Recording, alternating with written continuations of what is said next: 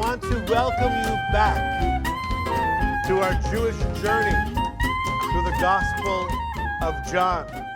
You've had 2 weeks off from our journey. I hope you remember the way, but just to make sure that you do remember the way and that we find firm footing as we take our next steps along our Jewish journey through the Gospel of John, let's discuss what occurred previously on our Jewish journey to the Gospel of John. All right. So, surely you're not greater than our father Abraham, who died. The prophets died too. Whom do you make yourself out to be? This is the question that undergirds or that hangs over this entire passage. Who Yeshua is making himself out to be is actually just revealing his identity, which he's been doing since the very first encounter we've had with him in the Gospel of John. Yeshua then responds, "Your father, Abraham, rejoiced to see my day, and he saw it." It's an extraordinary statement. He saw my day, the day of Messiah. He saw it and was glad. He rejoiced. So the Jewish leadership says to Yeshua, Abraham, so what? You're not even 50 years old yet, and you've seen Abraham. Of course, remember, they say you're a demon, and you're nuts, and you're not talking sense. You've seen Abraham. And that is the moment that Yeshua unleashes this fabulous matzah ball. He loads into the catapult and hurls it right into the center of the crowd. He says, Amen, amen. Be certain of this. In other words, truly, truly, verily, verily, I say to you, before Abraham was born, and he's not going to be talking about his pre-existence, because then he would say, I was. It's not where Yeshua is going here. Yeshua is identifying himself as the covenant God of Israel. Before Abraham was born, I am. Ego imi in Greek. He is or ego emi in pronunciation today. Before Abraham was born, I am. He's identifying himself with the God who identified himself to Moses at the burning bush in Exodus 3:14. God said to Moses, I am. I am who I am. That you shall say, thus you shall say to the sons of Israel, I am, has sent me to you. The Jewish people understood what Yeshua was getting at there. He wasn't being ambiguous. He wasn't being subtle. He was very, very clear, and that's why they grabbed stones to stone him, because in their minds, he has blasphemed by claiming to be God. Of course, it should come as no surprise to us who have been with John from the first verse. Verse 1, chapter 1, in the beginning was the Word was with God, and the Word was God. Yeshua identified as God from the very beginning. John here has never been cagey about the identity of Jesus. He's not going to unleash this later on as a surprise halfway through. He is telling you right from the start who Yeshua is and what to expect. Now, according to Leviticus, and this is why they took their stones, according to Leviticus 24:16, one who blasphemes the name of the Lord shall be put to death. The whole congregation shall stone the blasphemer. Aliens as well as citizens, when they blaspheme the name, shall be put to death. And they apparently were prepared to act spontaneously and do away with Yeshua, except Yeshua was able to escape. Yet another opportunity that people sought to kill him, but Yeshua, being in control of his destiny, the time and the place of his death, Passover, was not going to allow anyone to push the time schedule forward. To remind you the Gospel of John is predicated, is based upon the structure of Jewish festivals. Chapter 2, 3, 4, Passover. Chapter 5, Sabbath. Chapter 6, Passover. Chapter 7, we began a section which continues into today's message, Tabernacles. In chapter 9, we are also, at the same time as we're finishing up the themes of Tabernacles, we're going to be introducing the themes of Hanukkah, which we'll build on in chapter 10, and of course, serving as the toothpick to bisect that Jewish holiday sandwich is Shabbat. It's the second Sabbath that we see in the Gospel of John. All of this in chapter 9. So let's begin new material. Buckle your seatbelts, because we'll do this story in 2 sessions. This one, and next week we will finish chapter 9. And we will see one of the all-time outstanding recountings in the Gospel of John. It has great theological content, it has great dramatic content, and it has a tremendous amount of humor, which is often overlooked. Well, let's get into the tale here. As he passed by, so now sometime after Tabernacles, but before chapter 10, before we see Hanukkah, so Tabernacles is in the fall, Hanukkah is in the winter. So sometime in between that period of time, we don't know how far from Tabernacles or how close to Hanukkah, but in between, as he passed by, he saw, Yeshua, saw a man blind from birth. And the fact that he's blind from birth is an important point here, which leads to the question the disciples ask him. And the disciples asked him, Rabbi, who sinned? They see this man who's blind, and apparently somehow it's known that he's blind from birth, as opposed to being blind as a child or as an adult. This is from birth. Somehow they know this, and it becomes grist for their discussion.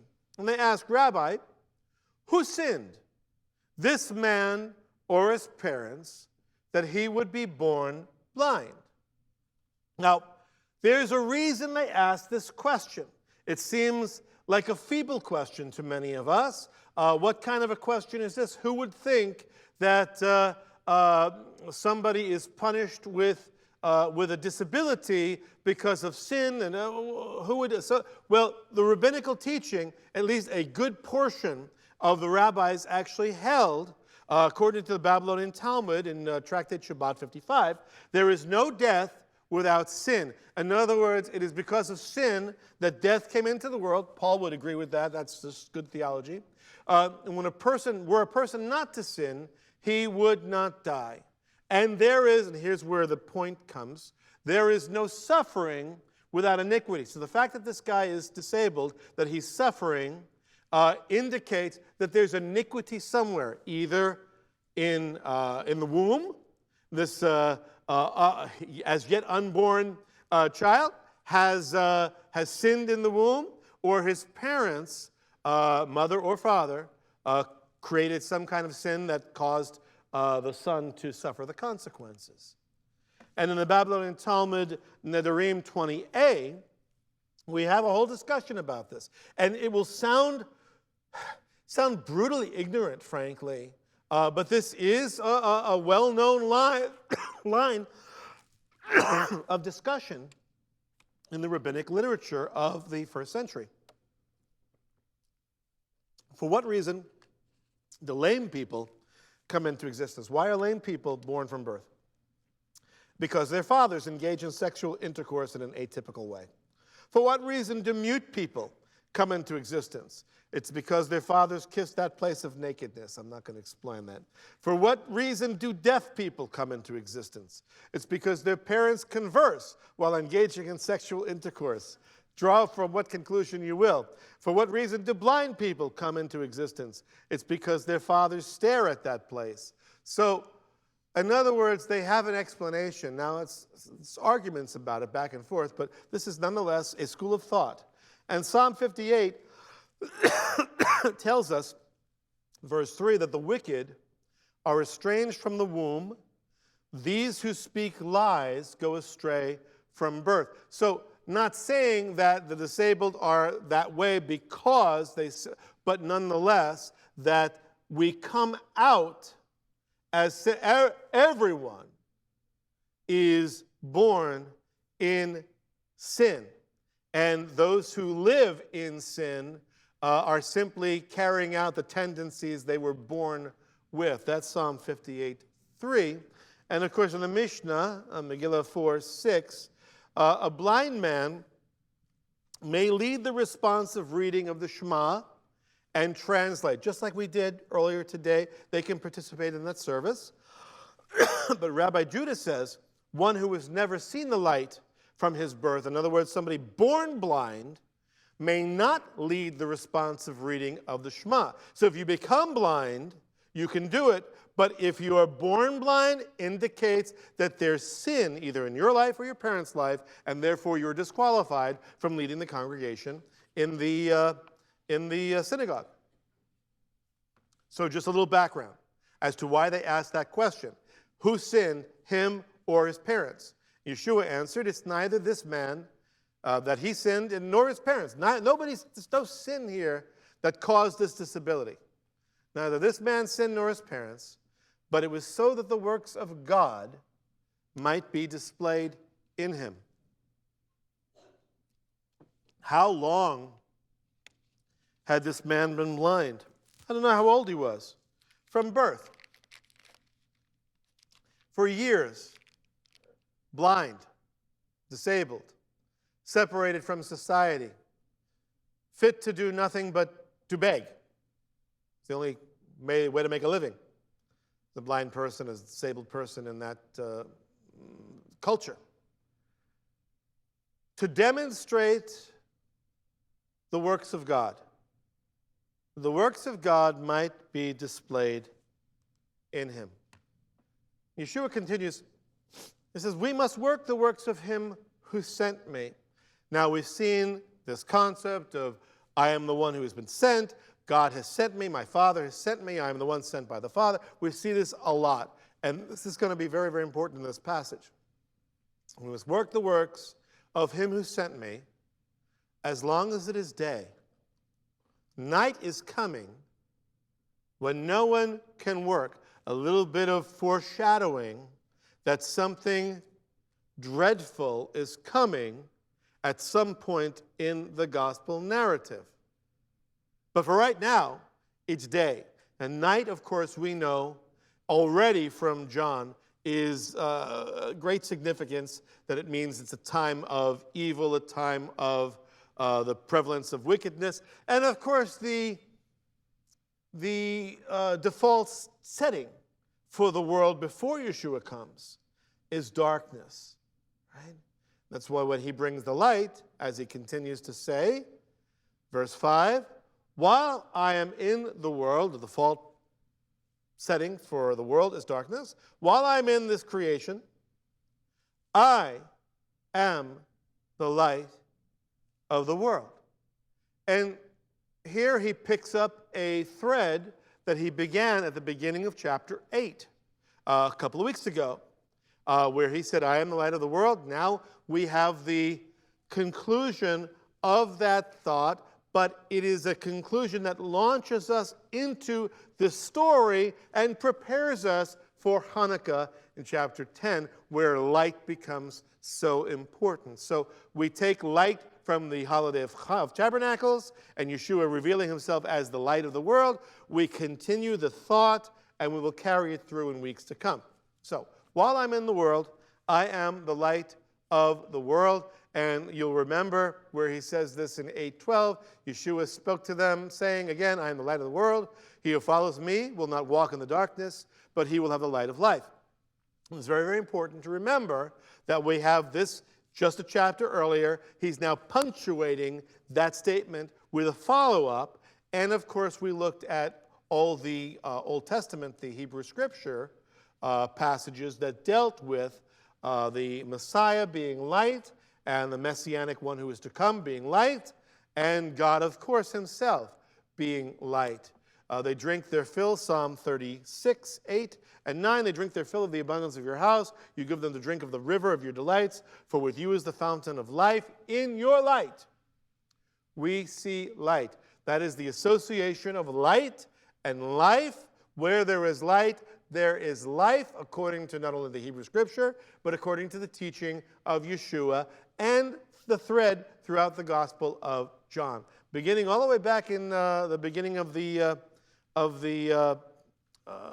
Gospel. Isaiah 9, familiar passage. No more gloom to her who was in anguish.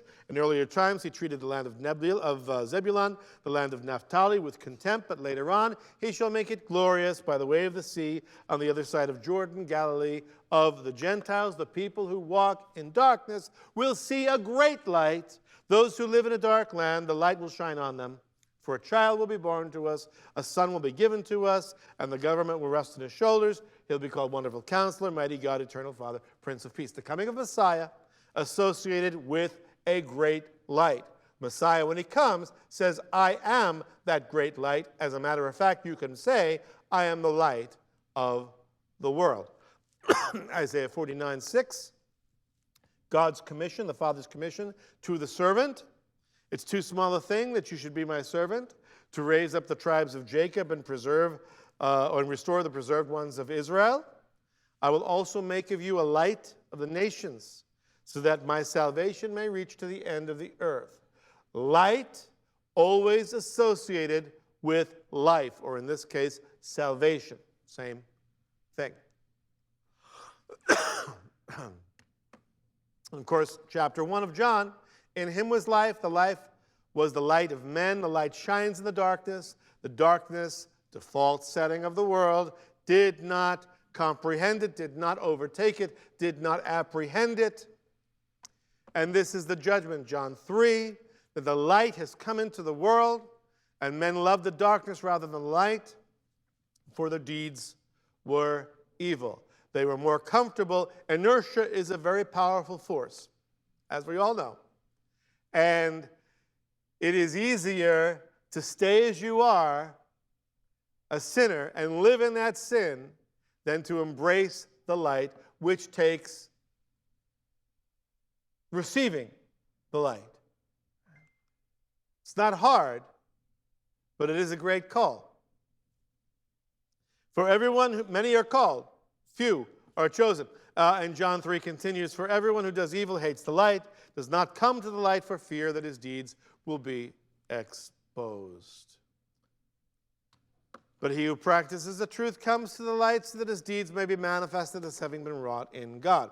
This is old news for us. This is back in chapter 3, many months ago.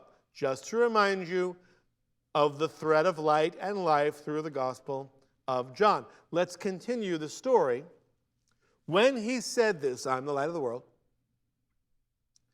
he spat on the ground. That's some punctuation.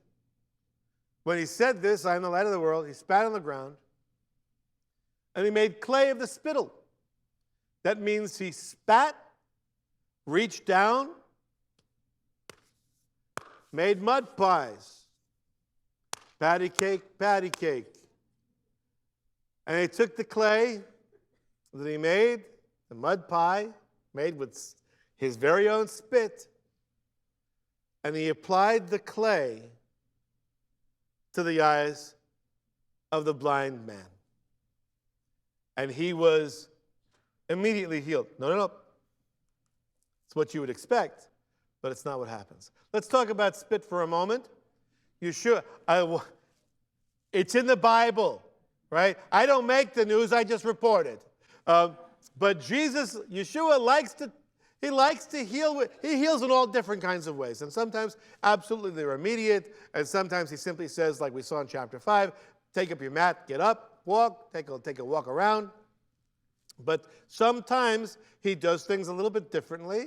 And there are occasions when he heals by means of his spit. That is what I would call a messianic prerogative. And Mark 7 and Mark 8. Jesus took him aside from the crowd, deaf man and dumb, and he took him aside from the crowd by himself. He put his fingers into his ears, And after spitting, he touched his tongue with the saliva, to which most people respond, yich. But this guy responded, thank you, right?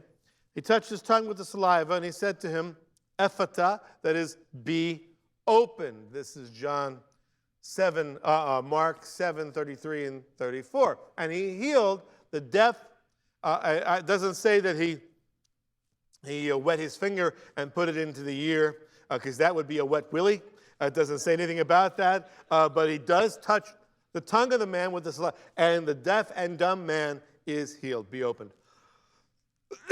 And in Mark chapter 8, 23, taking the blind man by the hand, he brought him out of the village. And after spitting on his eye, he doesn't even make a mud pie here. He simply looks at the guy, says, hold still, right? And he spits in his eyes. And we would say that's a rather unorthodox approach. But again, I cite Messianic privilege on this. He can heal any way he wants. It's obviously very effective. Laying his hands on it, he said, do you see anything? Anyway, so we see the use of spit previously in the in the healing of Yeshua. And in the Talmud, we see discussion about the healing properties of spit and people healing with spit. In Baba Batra 126 in the Talmud, it is learned as a tradition that the saliva of a father's firstborn heals this ailment, but the saliva of a mother's firstborn does not heal this ailment. And I don't know how they measured that or how they came to that conclusion, but nonetheless, the rabbis discussed it. I thought I would share it with you because it's so odd. And in the Tosefta, Sanhedrin 12, 10b, Abba Saul says in the name of Rabbi Akiva, this is a disciple of Rabbi Akiva, also he who whispers over a wound. Now, this is, I think, an interesting commentary over Christians who heal other people. I think this is where he's going here, because it ends that this kind of person has no portion in the world to come, and it's a slam on the Jewish Christians. He whispers over a wound. It is written, I will put none of the diseases upon you, which I have put on the Egyptians, for I am the Lord who heals you, and who then spits. If that's the way they heal, no share in the world to come. But anyway, so spitting apparently was a thing in Jewish thought. Okay? And he said to the blind man, after putting the mud pie in his eyes, go wash in the pool of Siloam, which is translated sent. Shiloach in Hebrew means sent, and so there's this pool translated sent. And John is telling you this. He's not telling you it's called Shiloach or Shalom because he wants you to know what it means. The meaning has significance. Yeshua is the one who is sent. It punctuates the concept of the Father having sent Yeshua. Yeshua is the sent one, and he sends this blind man to the pool of Siloam. Now, I want you to understand, I'm going to show you a picture in a moment. I want you to understand what he's asking him. He's asking a blind man who is now, if he wasn't blind before, he's certainly blind now with mud pie in his eye. I want you to walk half a mile downhill. Walk half a mile in a specific pool, half a mile away, and go wash there. And he went away and washed and came back seeing. Now, let me show you where this is, okay? Now, the pool of Siloam, you'll see in the bottom center, there is, or the bottom right, rather, there is a square. And in that square is the pool of Siloam. Here's a better picture of it. Down on the southern end of the city, southwestern end of the city of David, you see that square right there in the center of the bottom part of the screen. And those of you who have come with me to Israel or have been to Israel, we have sat on the very steps of the pool of Siloam. We didn't see the whole thing. We only saw a little piece of a strip of it, an edge of it, where those steps are. And we indeed did tell this story right there. How many of you remember that? All right? Remember? Yes, sitting there on those steps, these very steps, And we told the story of the blind man in chapter 9, the pool of Siloam. And to get an idea, you see the city of David goes down in a triangle. The triangle, or the rounded triangle, kind of ends right there about the middle of the center of the picture there. And you see, in fact, let me see if I can get one of these. See if I can do this. Yeah, there we go. See this right here? This is the city of David. This is that strip that we sat on. This is the pool of Siloam. And this rest of it right here is what remains. Let's get closer in. And you can see again, this is where we sat. That's the picture that I just showed you. All of the rest of that green area remains to be explored. That is the pool of Siloam, discovered in 2004 when they're trying to repair a sewer line in the city of David, interestingly enough. And they found these steps and they realized, oh, what we've been calling the pool of Siloam is not really the pool of Siloam, something else. So if you've seen the pool of Siloam prior to 2004, you didn't see the pool of Siloam. You saw an upper pool, this is a lower pool. Anyway, verse 8. Therefore the neighbors and those who previously, he's healed. He walked a half a mile, and it was worth it. Washed the spit and the mud off his eyes, and he came back healed. Therefore the neighbors and those who previously saw him as a beggar. Now, if you're a beggar, you're going to be in the same, basically, you're going to be in the same spot for all your life, every day of your life, because that's your sustenance, that's your living. And so these people have seen him, they've lived around him, they've seen him every day, saw him as a beggar. They were asking, is not this the one who used to sit and beg? We know the guy every day, born blind, and it sure does look like him, but he's not blind. So is it the same guy? Others were saying, this is he. Still others were saying, nah, it looks like him, but it can't possibly be him because the guy that we know is blind. It's easier to presume that the guy that we know who's no longer there has disappeared, and this other guy is taking his place. He looks a lot like him, but it would be like famous, can think of famous blind people, singers, for example, right? I mean, we know plenty of people who are blind. And imagine all of a sudden you see them one day and they're not wearing the dark glasses. And they're looking and they can see. They say, he has the features of Ray Charles or Stevie Wonder or whoever. But it can't be because the guy that I know wears those glasses and he sounds like Stevie Wonder, sounds like Ray Charles, but couldn't possibly be. So there's a dispute.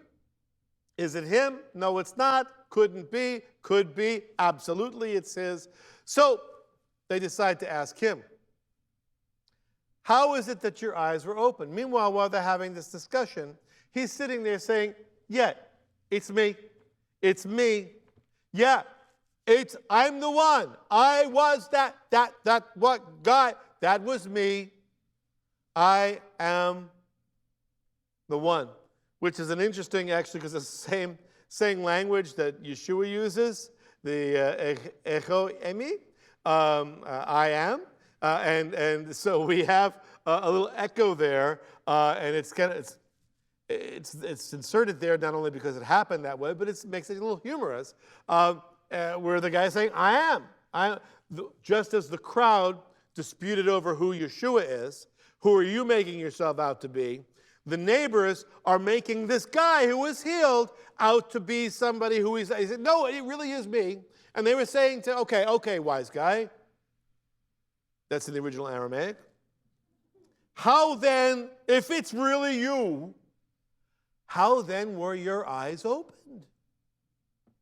And he answered, the man who is called Jesus made clay, and he anointed my eyes, And he said, go to Siloam and wash.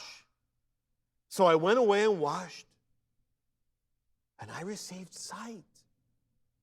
He doesn't embellish the story. It's the facts, just the facts, ma'am, that he shares. And indeed, just as the narrative has told us, so he tells us the same story, fact by fact. And they said to him, where is he? In other words, where is Jesus? Where is Yeshua? And he said to them, come to think of it, the last time I saw him, I was blind. How would I know where he is?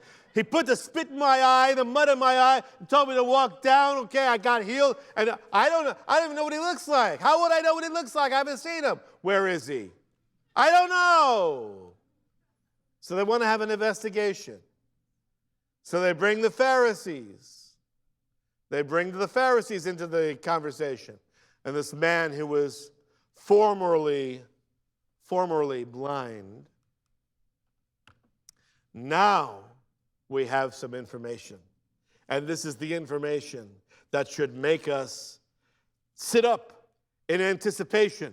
Now it was a Sabbath when we hear in this narrative, when we see now it was now John could have told us from the beginning, verse 1.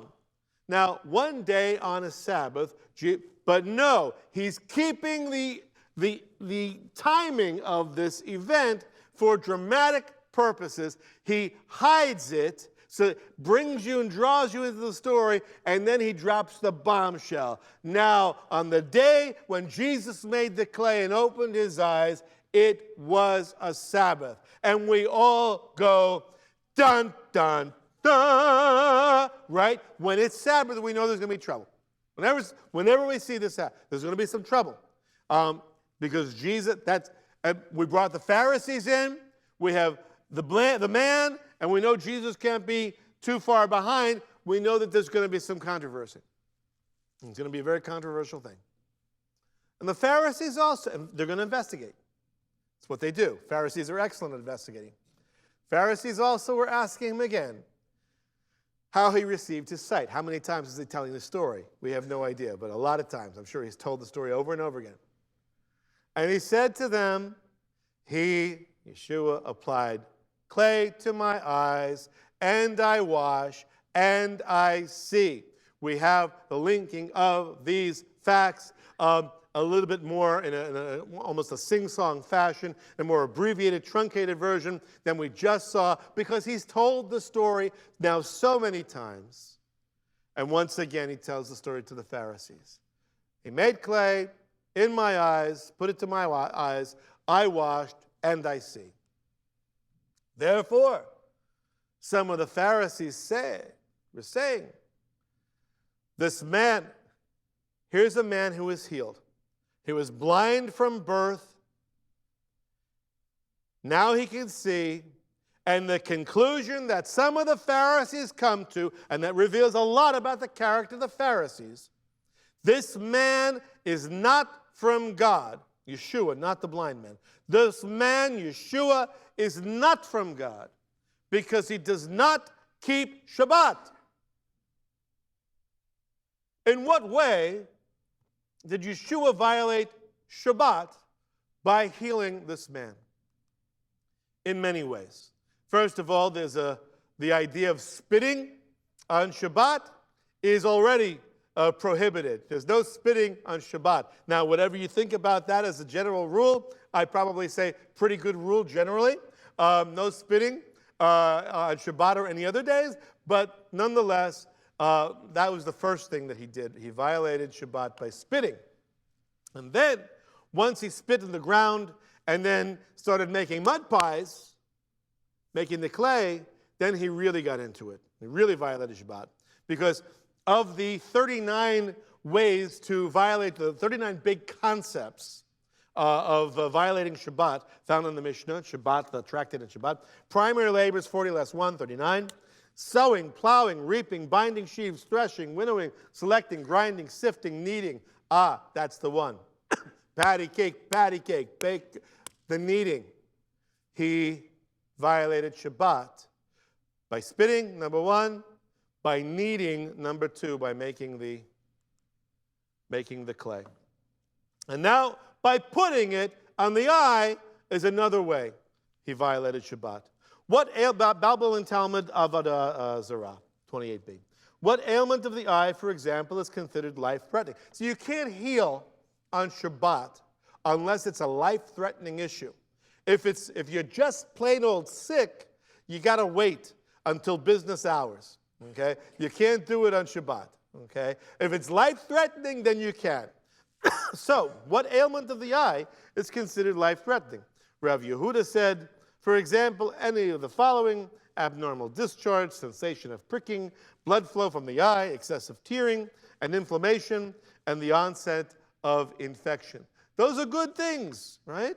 Now, this list serves to exclude the final stages of a waning infection that is mostly healed and the opening of the eye, i.e. treatment administered to improve one's eyesight, which are not life-threatening, and therefore one is not permitted to treat them on Shabbat.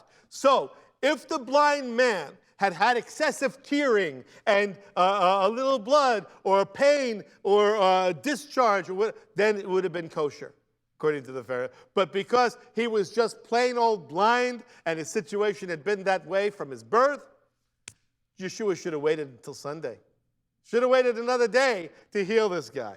Right? It's not permitted to treat just normal blind eyes on Shabbat. Now in Shabbat 108b, again, Babylon and Talmud, with regard to this is what you can place on the eye. It's another way of violating Shabbat. What you can put on the eye or in the eye. With regard to placing wine inside the eye on Shabbat is prohibited because it heals. Wine was medicinal. On the eye, it's permitted. So on the eye, not in the eye. Now, spit. Let's get back. It always comes back to spit. Bland saliva. This is because the rabbis, listen, what else do they have to do? There's no CNN, there's no Fox, what are they going to do? There's no sports. This is the sport. Bland saliva. What do you mean bland saliva? They'll tell you. Saliva from one who has not eaten since waking. I would not call the saliva that I'm walking around with when I first get up in the morning is bland, but maybe that's TMI. Even placing it on the eye at Shabbat is prohibited because it's commonly used as medicine. Spit was also used. It was spit, wine. These were used, thought to have some medicinal properties. And so to put spit on the guy's eye in Shabbat was prohibited, whether it was to heal him or not. So that's one school of thought. Others were saying, you want to say Yeshua is a sinner because he healed this guy, but let's look at the big picture here. Let's not get stuck in the weeds. How can a man who is a sinner perform such signs? This is not the only sign that he's performed.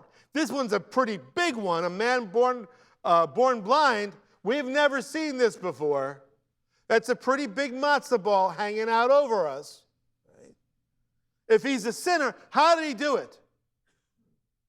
And there was division among them. And you know the answer that some of the Pharisees and some of the leadership has given already is, well, he's done it through Beelzebul. You know, he's done it through demon, through demonic activity. That's how he can do these signs. Right? So there's division among the Jewish leadership, specifically among these Pharisees. Interesting. So they said to the blind man again, we can't agree on this guy. What do you say about him, since he's the one who opened your eyes? And so the blind man, who's no longer blind, said he is a prophet. He's got to be something. I don't know if he's Messiah, but I'm willing to go as far as to say he's a prophet. And we've seen this before, whether we're talking about a prophet or the prophet. When we speak of the prophet in John, it's talking about the prophet like Moses. We've seen this come up with the Samaritan woman. The woman said to her, I perceive you are a prophet, perhaps the prophet that they were expecting, the one who would be somewhat like Moses.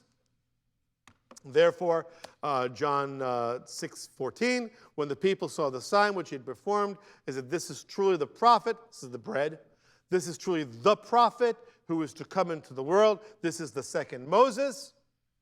And in John chapter 7, at Tabernacles, some of the people, therefore, when they heard this word saying, this certainly is the prophet.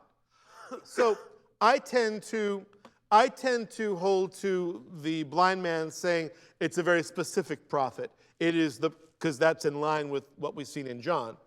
It's the prophet like Moses. It's the second Moses. In other words, I think he's, if not the Messiah, he's a harbinger of Messiah. In other words, you have to take him seriously. And that's where we have to leave our story today. So my challenge to you is, who is Yeshua to you? And do you take him seriously?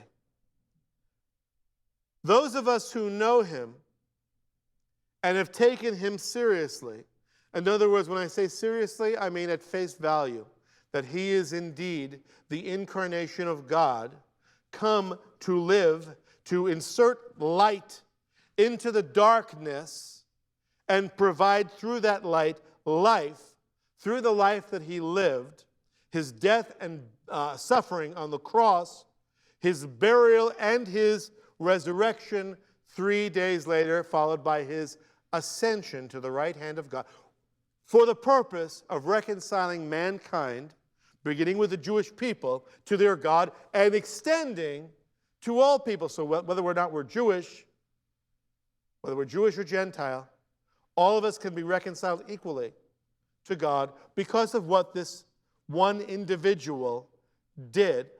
I take him very, very seriously, and he has indeed changed my life. So my question to you is, to what extent do you take him and his claims seriously?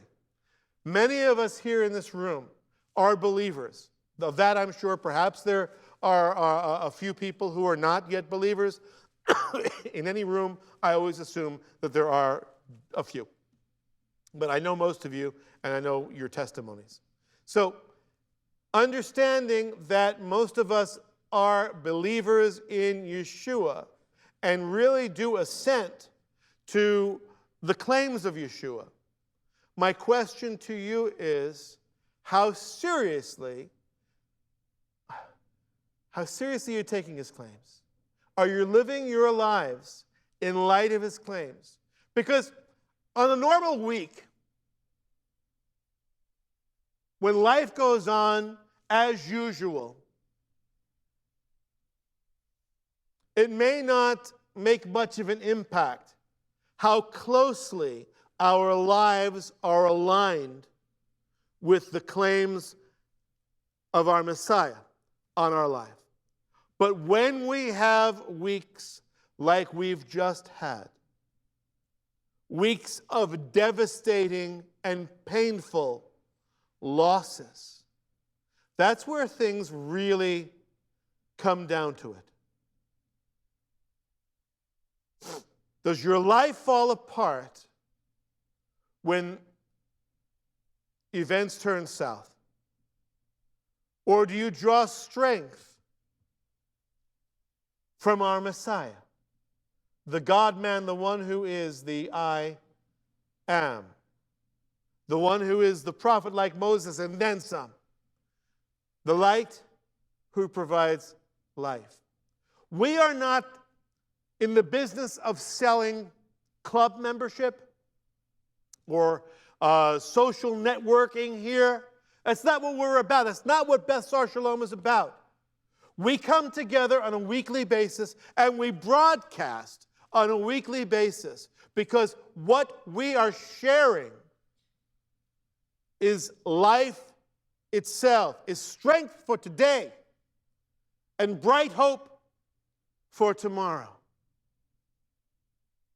And we must make every effort to live in the light, Just as when we drive, we must stay in the lane. If we veer from the lane, we could get into big trouble. But if we stay in the lane, we will arrive at our destination. I have really fancy equipment in my car. If I zone out or whatever and I begin to veer off my lane, I get a beep, beep, beep, beep, beep, which is really nice. Really nice. It's a heads up. We have that same equipment internally. It's the Holy Spirit speaking to us, right? Telling us, you're veering out of the lane. Stay straight. Stay true. Walk in the light. Drive in the lane. Live your life in the light of our Messiah. We are all born blind. We are all that man. In John 9, all of us, default position, darkness. But Yeshua has spoken to each one of us. He's spoken into our lives. He's reached down into our own personal histories and embraced us and taken us to Him. We are children of God because of that. We must never lose sight of that. That now, once we were blind, but now we see. There are some people who live their lives as if they were driving their cars with their eyes closed. Once you see, don't stop looking. Don't look down a text. Don't look down to put your mascara on. Don't shave in the rear view mirror while you're driving. Don't take your eyes off the road. Don't take your eyes off of our Messiah. Don't take your eyes off of the light. Follow the light, walk in the light, live in the light, and have life.